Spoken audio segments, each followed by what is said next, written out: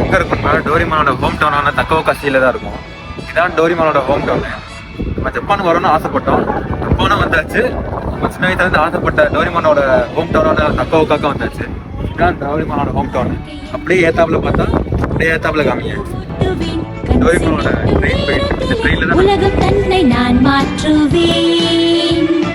நேற்று நானும் கனவிலே, இன்று நானும் உருவிலே, நண்பரோடு கனவு யாவும் நானும் இங்கு நனவாக்குவேன்.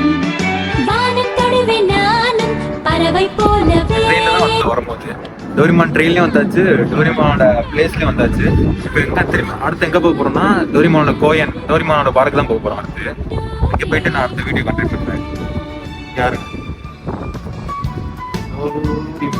டோரிமி